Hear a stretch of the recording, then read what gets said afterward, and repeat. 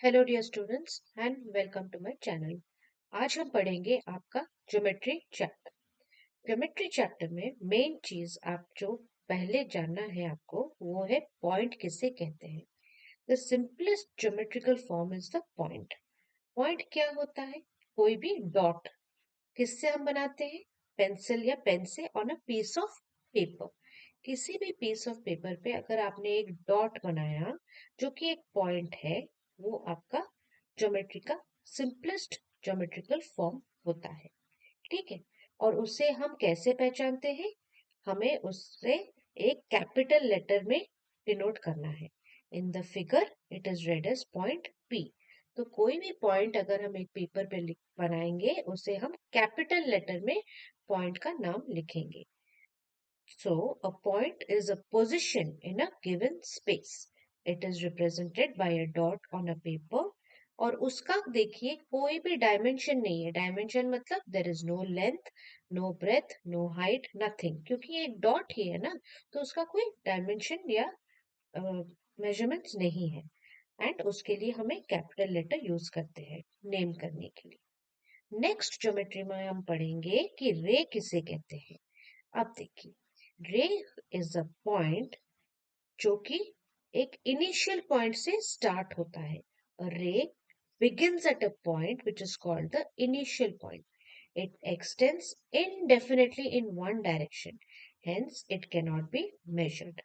अब यहाँ पर एग्जाम्पल में देखिए, O एक पॉइंट है और A दूसरा पॉइंट है, और ये जो लाइन है वो एक डायरेक्शन में हम एरो दिखा रहे हैं। अब एरो एक डायरेक्शन में दिखाने का मतलब क्या है बच्चों? इसका मतलब ये है कि वो जो लाइन है वो इनडेफिनेटली एक्सटेंड होता जाएगा। हमें उसका मेजरमेंट पता नहीं है, उसका एंड पॉइंट क्या है।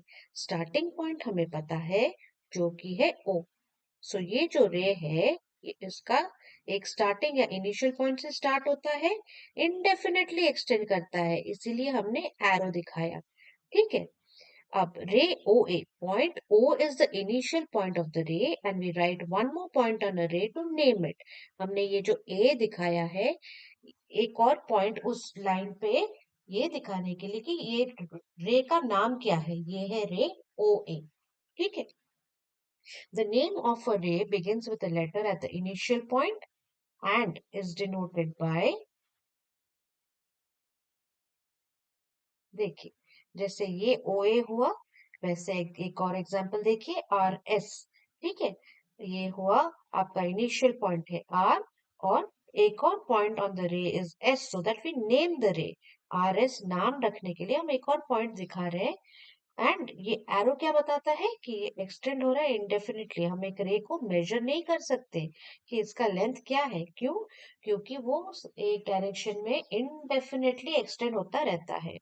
So this is represented as ray R S, और हम लिखते हैं आर एस के ऊपर एक arrow in one direction. Okay. Now अब हम क्या समझे रे से? That ray is a part of a line. Ray जो है एक लाइन का हिस्सा है, that extends indefinitely in one direction only. AB is a ray. It can be extended to any length towards point B. ठीक है। It does not have any definite or fixed length. That means we cannot measure a ray. It has only one initial point. Initial point मतलब starting. It is read and denoted as AB ray. Ray BA has B as the starting point. अब ये बहुत important चीज है बच्चों। अगर आपको exam में आया कि आइडेंटिफाई दिस रे, पहले वाला देखिए जिसमें स्टार्टिंग पॉइंट ए और बी आपके ग्रीन में हाईलाइटेड है। ए जो है आपका इनिशियल पॉइंट है, और जिस डायरेक्शन में एरो दिखा रहा है बी आपका दूसरा पॉइंट है उस रे के ऊपर। ठीक है। तो जब हम ए बी अगर हमको दिया गया है एंड एरो बी के तरफ है, तो हम लिखेंगे कि ये है आपका रे A be with the starting point is a. लेकिन अगर आपका रे बी ए दिया है तो ब्लू में देखिए जो हाईलाइटेड है, बी आपका इनिशियल पॉइंट है जो एक्सटेंड हो रहा है इनडेफिनेटली टुवर्ड्स ए। तो पहला वाला रे को हम लिखेंगे रे ए बी, उसके ऊपर हम देंगे एक एरो। दूसरा वाला जो ब्लू में है, इनिशियल पॉइंट बी है, तो उसको हम लिखेंगे रे बी ए। एंड उसके ऊपर एक एरो देंगे। ठीक है, ऐसे आप रे को पहचानेंगे based upon the initial point और starting point of the ray. Next हम जानेंगे लाइन सेगमेंट किसे कहते हैं। अब देखिए, हमने पॉइंट समझ लिया, रे समझ लिया। अब दो पॉइंट्स के बीच में जो शॉर्टेस्ट डिस्टेंस होता है उसे हम लाइन सेगमेंट कहते हैं। What is a line segment? It is the shortest distance between two points. अभी देखिए ये जो डायग्राम में यहाँ पर A एक पॉइंट है, B एक पॉइंट है. It is a fixed distance. Okay, it is not like a ray which is extending indefinitely in one direction. दो फिक्स पॉइंट है, A स्टार्टिंग पॉइंट है, B एंड पॉइंट है. इन दोनों के बीच का डिस्टेंस को हम बोलते हैं line segment. What is a line segment? It is the shortest distance between two points. It is read and written as line segment AB and denoted as AB. अब देखिए ये AB के ऊपर एरो नहीं है. एरो किसके ऊपर होता है? रेज के ऊपर होता है. AB एक लाइन सेगमेंट है जिसके ऊपर बस एक स्लीपिंग लाइन लगाया जाता है. A line segment has a definite length. उस लेंथ को हम डेफिनेट मान के चलते हैं क्योंकि हम उसे मेजर कर सकते हैं. इसके दो एंड पॉइंट्स है, एक पॉइंट A और एक point B. Next, a line is a straight path connecting two or more points and extending beyond the points in both directions. A line has no endpoints, thus we cannot measure a line. हमने line segment में क्या पढ़ा? Line segments के and points है. देखिए, line segment और line के बीच का डिफरेंस अच्छे से समझिए. लाइन सेगमेंट जो है वो दो पॉइंट्स के बीच में है. ठीक है, बट लाइन क्या है? लाइन वो स्ट्रेट पाथ है जो ये दो पॉइंट्स को कनेक्ट तो करता ही है, लेकिन इस डायरेक्शन में भी एक्सटेंड करेगा, ए के डायरेक्शन में, और बी के डायरेक्शन में भी एक्सटेंड करेगा. उसे हम बोलते हैं लाइन सेगमेंट. लाइन सेगमेंट में एंड पॉइंट्स नहीं होते हैं एंड हम उस लाइन को मेजर भी नहीं कर सकते हैं. So it is read and denoted as line A B. अब देखिए, एरो दोनों तरफ है. क्यों? क्योंकि ये जो लाइन सेगमेंट ए बी है वो ए की तरफ भी एक्सटेंड होता है और बी की तरफ भी एक्सटेंड होता है. हम उसे मेजर नहीं कर पाते. The two arrows at the ends of the line show that the line can be extended indefinitely in both the directions. अब यहाँ पर देखिए, A एक पॉइंट है, B एक पॉइंट है. A B अगर सिर्फ होगा तो ये आपका क्या कहलाएगा? Line segment. उसे हम कैसे लिखेंगे? ए बी एंड उसके ऊपर एक स्टैंडिंग सॉरी एक स्लीपिंग लाइन, बस जैसे यहाँ पे लिखा ए बी. ठीक है. अब लेकिन अगर ए बी के साथ यहां से भी एक्सटेंड हो रहा है लेफ्ट साइड से एक है और बी के राइट साइड से भी एक्सटेंड हो रहा है एरो दिखाते हुए, तो ये आपका माना जाता है क्या? Line segment A B and it is denoted by A B in capitals and by a sleeping line showing arrows on both sides. ठीक है, तो आपको रे, लाइन और लाइन सेगमेंट का डिफरेंस अच्छे से समझ में आ गया.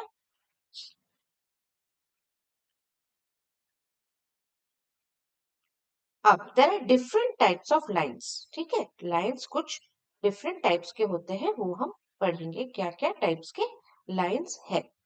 नाउ, एक है हॉराइजॉन्टल लाइन. हॉराइजॉन्टल मतलब ऐसे. स्लीपिंग लाइन जो होता है उसे हम हॉराइजॉन्टल लाइन कहते हैं.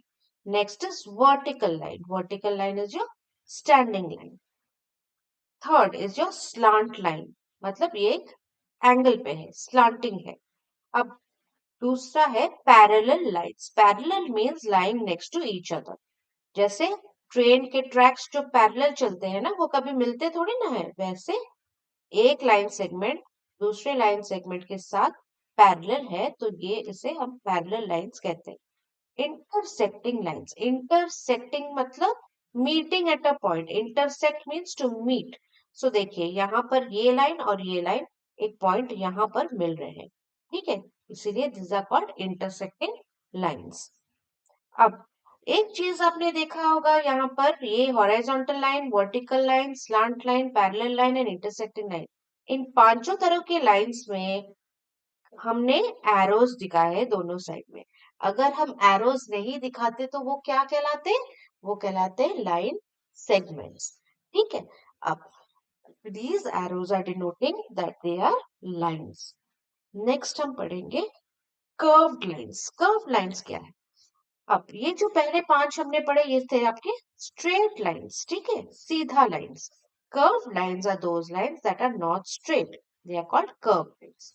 एक curved line एक curvy line हो सकता है और एक wavy line हो सकता है. It can be a single curved line. अगर एक single एक ही curve है तो इसे हम बोलते हैं single curved line called a curvy line. अगर ये एक वेव के फॉर्म पे है, देखिए बहुत सारे कर्व्स है तो it is called a wavy line. Now we draw a curvy line by moving the pencil tip along the curved edges of a bottle, coin or bangle. आपने एक चूड़ी देखा होगा. अब चूड़ी के चारों तरफ जब हम पेंसिल टिप को के साथ उसको ट्रेस करेंगे या उसको ड्रॉ करेंगे तो हमें मिलेगा एक कर्वी लाइन. लेकिन वेवी लाइन कब मिलेगा? When we draw along the surface of a thread, broken rubber band or rugged ends of a pin.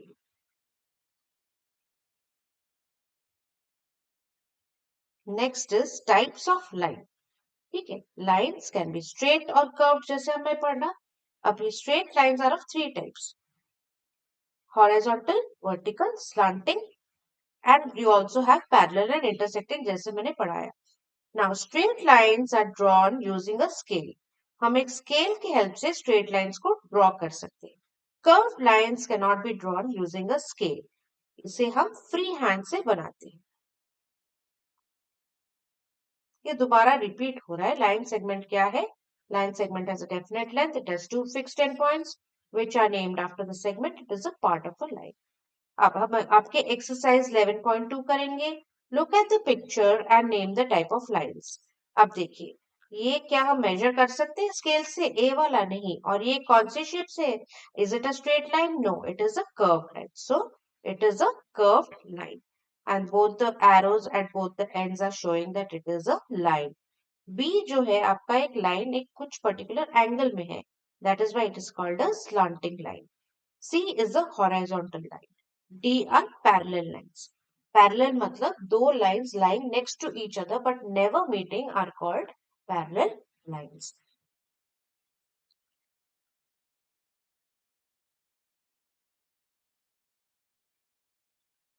Next, E is again your standing slanting line.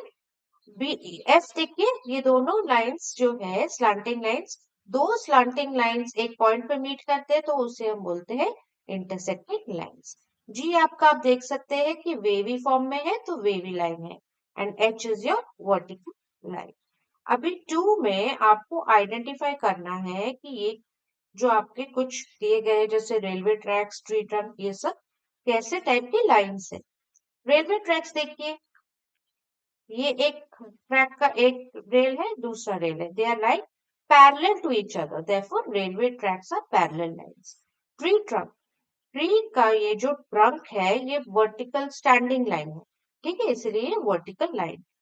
Base of a black board. In your classroom you would have seen a black board. उसका base कैसा है? Sleeping line की तरह. So that is a horizontal line. Ladder against a wall, ये एक wall है उसके ऊपर हमने एक सीढ़ी को लिटा के रखा है एक किसी पर्टिकुलर एंगल में. That is why it is a slant line. Cross है. These are two lines which are crossing each other at a point. So these are intersecting lines. Next है बेस ऑफ अ प्रोट्रैक्टर. ये आपने अपने geometry box में देखा होगा students. इसे हम कहते हैं प्रोट्रैक्टर. बेस कौन सा है? ये जो नीचे वाला हिस्सा है that is called the base of the protractor. इसका शेप कैसा है? It is a straight line but it is a line which is horizontal. That is why it is a this line is a horizontal line. But if it is asked about this edge of the protector, then it is a curved line. Okay. अगर आपको पूछा गया base of the protector आप क्या लिखेंगे? Horizontal line. अगर आपको पूछा गया अलोंग द प्रोट्रैक्टर तो ये जो पोर्शन है आपका कर्व फॉर्म में है. सो ये आपका कर्व है. नेक्स्ट आप देखेंगे stamp, edges of a stamp. Edges of stem देखिए कैसा है, वेव फॉर्म में है ना, सो इसे हम वेवी लाइन कहते हैं। नाउ क्वेश्चन नंबर 3 आप खुद करेंगे स्टूडेंट्स।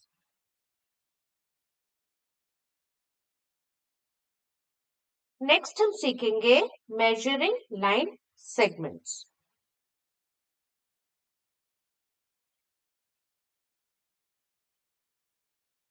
नाउ हमने पढ़ा लाइन सेगमेंट्स क्या है। लाइन सेगमेंट्स पढ़ने के बाद हम सीखेंगे लाइन सेगमेंट्स को कैसे मेजर करेंगे, मतलब उसका क्या लेंथ है वो कैसे जानेंगे, वो हम अभी पढ़ेंगे। We can measure and draw a line segment with the help of a ruler. Ruler आप सबके ज्योमेट्री बॉक्स में एक स्केल मिलता है, उसे ही हम एक रूलर मानते हैं। A ruler is an instrument found in your pencil box. उसको हम यूज करते हैं टू मेजर, पहले मेजर करेंगे फिर ड्रॉ करेंगे हमारे लाइन सेगमेंट्स को। Now look closely at the ruler given below. यहाँ पर आपका जो रूलर दिया गया है आपके टेक्स्ट बुक में, आप देखिए ये एक जो बड़ा वाला है ना, 0 to 1, 1 to 2, 2 to 3, 3 to 4 and so on till 15 जो होता है बड़े स्केल्स में, वो सब आपका डिनोट करता है सेंटीमीटर्स मेजरमेंट। अब ये जो 0 to 1 एंड 1 to 2 के बीच में जो छोटे छोटे डिविजन्स है उसे हम मानते हैं मिलीमीटर्स। ठीक है, तो main part of a ruler is centimetres and millimetres. Centimetres के बीच में जो डिविजन्स है वो सेंटीमीटर से छोटे होते हैं और मिलीमीटर कहलाते हैं। ठीक है, millimeters are for small line segments. To measure the length of a given line segment, say AB, place the ruler with its edge along the line segment. आपको एक लाइन को मेजर करना है तो आप क्या करेंगे, रूलर को देखिए यहाँ पर AB आपका लाइन दिया गया है, आपको इस AB का लेंथ मेजर करना है। ठीक है, तो आप क्या करेंगे, आप अपना जो रूलर है 0 जो है उसका पॉइंट ए पे डालेंगे जो कि आपका इनिशियल पॉइंट है। ठीक है, उसके बाद पॉइंट बी कहाँ पर एंड हो रहा है रूलर पे आप देखेंगे, यहाँ पर पॉइंट बी आप देख सकते हैं 6 सेंटीमीटर पे एंड हो रहा है। सो ये लाइन सेगमेंट का लेंथ कितना है, A B is equal to 6 centimetre. अब देखिए यहाँ पर मैं आपको अच्छे से समझा रही हूँ, 0 to 1 के बीच है 1 सेंटीमीटर। ठीक है, अब 0 to 1 के बीच में जो ये 1 2 3 4 5 6 7 8 9 डिविजन है, ये आपके मिलीमीटर्स होते हैं। सो 0 to 1 आपके हो गए 10 मिलीमीटर्स। ठीक है, ना 1 सेंटीमीटर है आपका रेड वाला जो दिखा रहा है ना, 0 and 1, ये 1 सेंटीमीटर। ये जो ब्लू में है जो कि एग्जैक्टली आधे डिस्टेंस पे है, ये आपका 0.5 सेंटीमीटर होगा। ठीक है, और ये जो ग्रीन वाले हैं ये 10 लाइन्स पर सेंटीमीटर, इसलिए 10 मिलीमीटर है। ओके, अब देखिए ये स्केल पे देखिए,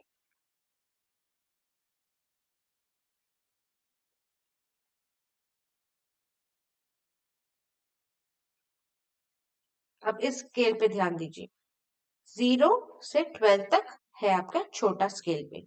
सो 0 to 1 हो गया आपका 1 सेंटीमीटर, 1 to 2 दूसरा सेंटीमीटर, 2 to 3 तीसरा सेंटीमीटर, 3 to 4 4 सेंटीमीटर। ठीक है, सो 0 to 1 1 centimetre, 0 to 2 2 centimetre, 0 to 3 3 centimetre and so on. ठीक है, बेसिकली 1 सेंटीमीटर का डिफरेंस में 12 तक है। अब 0 to 1 के बीच में ये जो छोटे छोटे डिविजन्स है ये आपके 10 mm वाले डिविजन्स है। ठीक है, इस बेसिस पे हम आपका लाइन सेगमेंट्स मेजर कर सकते हैं। आइए कुछ एग्जांपल्स के साथ अच्छे से इसको समझेंगे।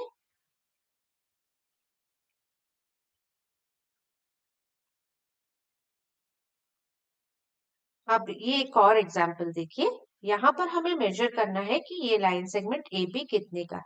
स्टार्टिंग पॉइंट कौन सा है स्टूडेंट्स, ए है, तो उसको हम कहाँ पर रखेंगे रूलर को, ए को, ए के ऊपर रूलर का 0 वाला पॉइंट रखेंगे। ठीक है, और फिर देखेंगे कि इस स्ट्रेट लाइन पे बी कहां पर एंड हो रहा है, 4 सेंटीमीटर पे एंड हो रहा है। ठीक है, so the point B corresponds to the number 4 on the ruler. आपका स्टार्टिंग पॉइंट ए का किसके साथ करस्पॉन्ड किया, रूलर के 0 के साथ। अब बी कहां पर एंड हो रहा है, 4 पे। So the line segment A B is 4 centimetre long. अब एक और देखते हैं। Look at the following figure. Each centimeter is divided into 10 equal parts. Each small part represents a milliliter. Now the length of the segment PQ निकालना है हमें, ठीक है। अब देखिए PQ, P का है आपका रूलर के 0 के ऊपर और Q जा रहा है आपका 5 से थोड़ा आगे, 6 से थोड़ा कम, ठीक है। अब कहां पर जा रहा है ये बीच वाला, जो 5 और 6 के बीच का मेजरमेंट है, इससे हमें जानना है। Now the length of the segment PQ is more than 5 but less than 6 centimeter. End point of Q of PQ is 5 small parts ahead of the number 5. ये जो Q वाला पॉइंट है ये 5 सेंटीमीटर से ज्यादा है और 6 सेंटीमीटर से कम है। तो हम 5 और 6 के बीच वाले डिविजन्स को देखेंगे कि Q कहां पर करस्पॉन्ड कर रहा है। आप देखेंगे it is exactly corresponding at 5 points after 5 and 5 points before 6. So, आपका हो गया ये 5.5. These 5 small parts are representing 5 millimeters. Thus, the length of PQ is 5 centimeter, 5 millimeters. 5 तक तो आ ही गया था, उसके बाद 5 छोटे डिविजन्स और आगे चला गया 6 से पहले, ठीक है। So, 5 centimeters and 5 millimeters is the length of your line segment PQ. Next, how will we draw a line segment? Let us draw a line segment whose length is 4 centimeter. यहाँ पर रूलर आपका है 0, 1, 2, 3, 4. तो आप एक point A करके लिखेंगे, ठीक है। स्केल को उस पॉइंट के ऊपर रखेंगे, 0 का करस्पॉन्ड करेंगे पॉइंट ए के साथ और फिर देखेंगे 4 कहां पर हो रहा है, 4 के ऊपर आप एक डॉट लगाएंगे और फिर आप जोड़ देंगे पॉइंट ए और पॉइंट बी को। सो आपका लाइन सेगमेंट ड्रॉ हो गया जिसका लेंथ 4 सेंटीमीटर है, ठीक है। ऐसे ही आइए कुछ और एग्जांपल्स देखते हैं आगे।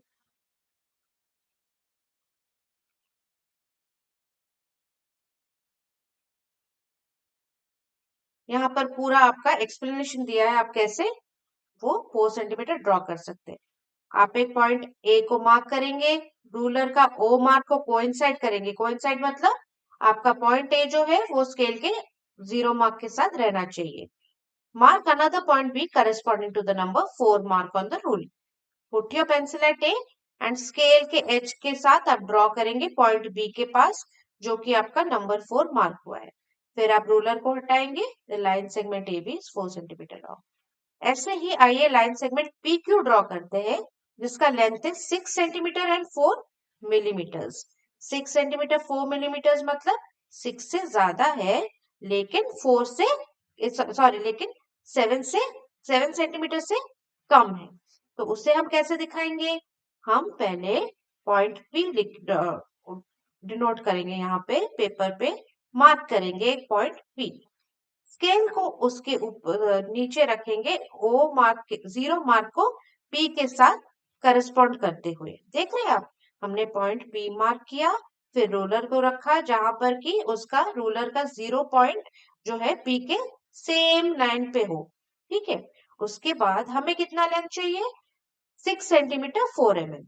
तो स्केल के ऐसे रख के हम ड्रॉ करेंगे स्केल पे 6 सेंटीमीटर तक और उसके आगे हमें कितने छोटे डिविजन्स चाहिए, मिलीमीटर जो है छोटे डिविजन्स में है तो 4 और चाहिए। तो इसीलिए ये हो गया आपका 6 एंड 4, 6 सेंटीमीटर 4 mm। ये मैंने 6.5 गलती से लिखा है, ये आपका होगा 6.4, ठीक है।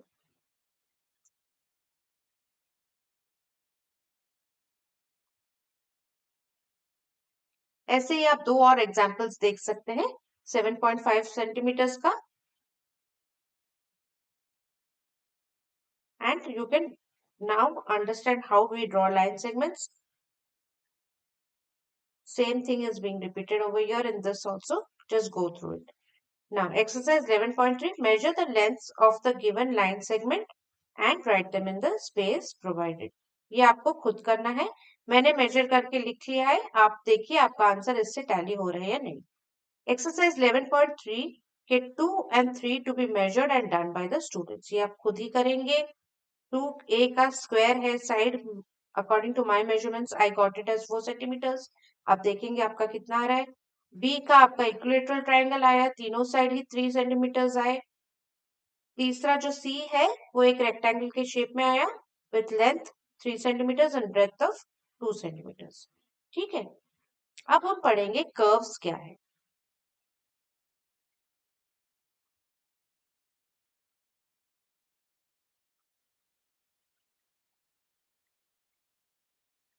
Now, we will study about curves. The drawings which can be drawn without lifting the pencil from the paper are called curves. Curves किसे कहते हैं? जब हम कोई भी ड्राइंग को पेपर पर करेंगे बिना पेंसिल उठाए, मतलब एक ही फ्लो में एक ड्राइंग बनाएंगे पेंसिल को बिना उठाए, that is called curves. Lines like curvy lines and wavy lines are also curves. ठीक है. अब क्लोज्ड कर्व किसे कहते हैं एंड ओपन कर्व किसे कहते हैं, ये बहुत ही इंपॉर्टेंट है. क्लोज्ड के मतलब से ही आप मीनिंग से ही आप समझ सकते हैं that it will begin and and eight the same point. A curve that begins शुरू होता है एंड एंड अंतिम पॉइंट उसका सेम पॉइंट है is called a closed curve. Each of the shape shown along side is a closed curve. Along side मतलब यहाँ पर साथ साथ में देखिए ये एक सर्कल बनाया हुआ है. यहाँ पर एक कर्व जो है, सपोजिंग यहाँ पर स्टार्टिंग पॉइंट से हमने शुरू किया, पेंसिल से ड्रॉ किया किया बिना पेंसिल हटाए और वापस उसी पॉइंट पे आ गए, तो उसे हम बोलते हैं अ क्लोज्ड कर्व.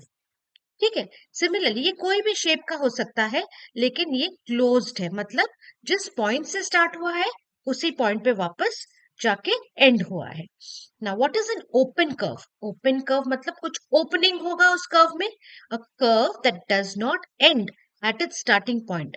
हर एक जब हम कर्व बनाते हैं ना तो एक पॉइंट से स्टार्ट करते हैं, तो जब वो कर्व वापस उसी पॉइंट पे आके ना रुके तो हम बोलते हैं that is a open curve. अगर वो कर्व आके उसी स्टार्टिंग पॉइंट पे रुका तो उसे क्या बोलते हैं? क्लोज्ड कर्व बोलते हैं.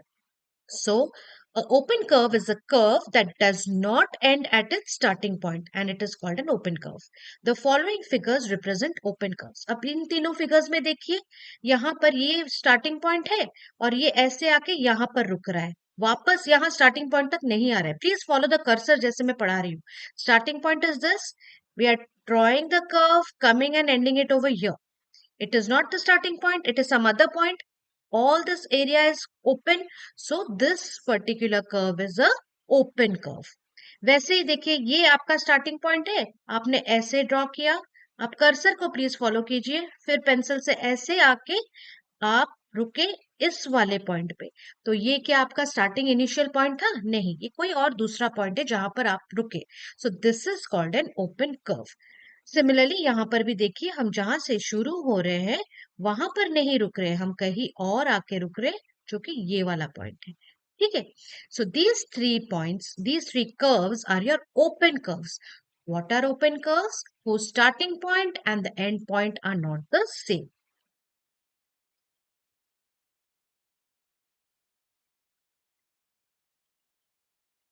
अब हम पॉलीगन के बारे में पढ़ेंगे. पॉलीगन, पॉली मतलब मैनी, गन मतलब फिगर. ठीक है. अ simple closed curve. Why are we mentioning closed curve here? Because the starting and the end point of the curve is the same. So a simple closed curve made up entirely of line segments only. इस वाले चीज पे आप ध्यान देंगे. The polygon is made up of entirely line segments. Okay, that is called a polygon. So a polygon क्या है? A simple closed curve made up entirely of line segments. Line segments क्या है? जो एक पॉइंट से start होते हैं और दूसरे पॉइंट पे एंड होते हैं. उनका इनिशियल पॉइंट और एंड पॉइंट फिक्स्ड है. A polygon has three or more sides. इसका मतलब क्या है? अ पॉलीगन के मिनिमम नंबर ऑफ साइड्स, मतलब the minimum number of sides to form any polygon is 3, या फिर 3 से ज्यादा। 3 से नीचे आप कोई पॉलीगन फॉर्म नहीं कर सकते, फिर वो आपका ओपन कर्व रह जाता है। ठीक है। Given below are some examples of polygons. अब देखिए, ये आप जानते हैं, इस शेप को हम क्या समझते हैं? ट्राइंगल। ट्राइंगल, ट्राई मतलब 3, सो 3 साइड्स है इसके, 1 2 एंड 3। आप कर्सर को फॉलो कीजिए, मैं जैसे पढ़ा रही हूँ। This is your first side, this is your second side, and this is your third side. So what is the definition of a polygon? It is a simple closed curve. What is the meaning of closed curve? A curve which begins and ends at the same point is called as a closed curve.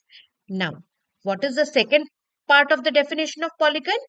It is made up entirely of line segments. Line segments देखिए, ये एक line segment है, ये आपका दूसरा line segment है, और ये आपका तीसरा लाइन सेगमेंट है। ठीक है। So a simple closed curve made up entirely of line segments is called a polygon.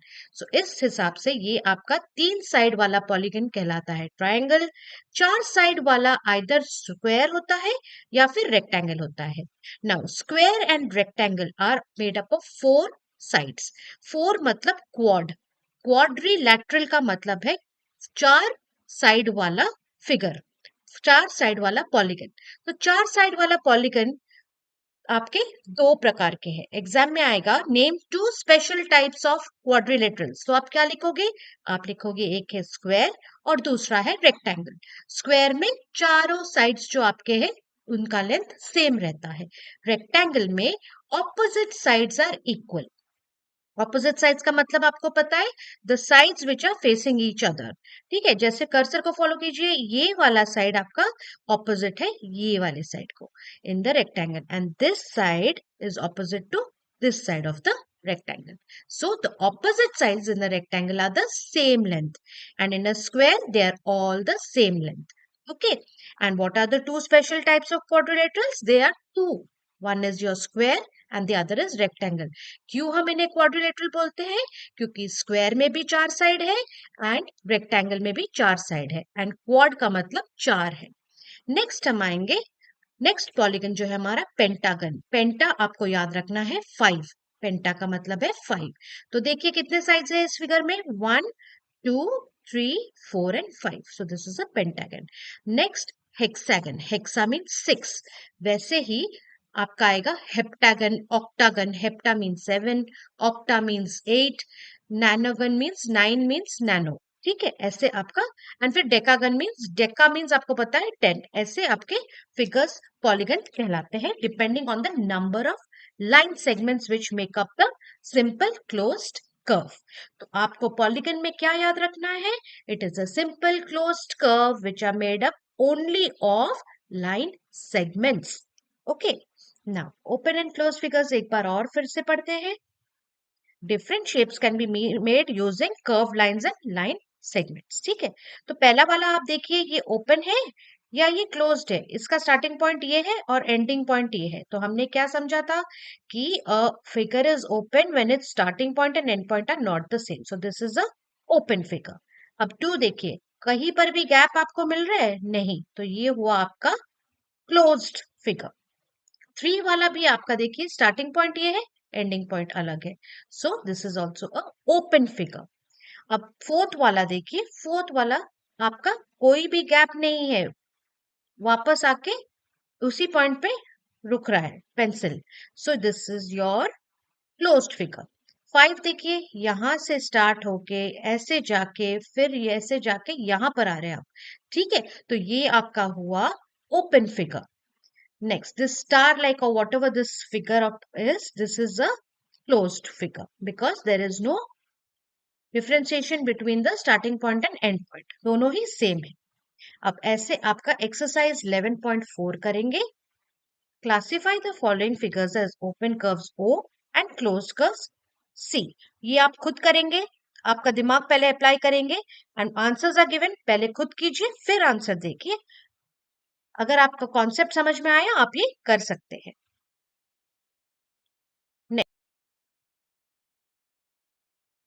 Now let us do number 2, tick the figures that are polygons.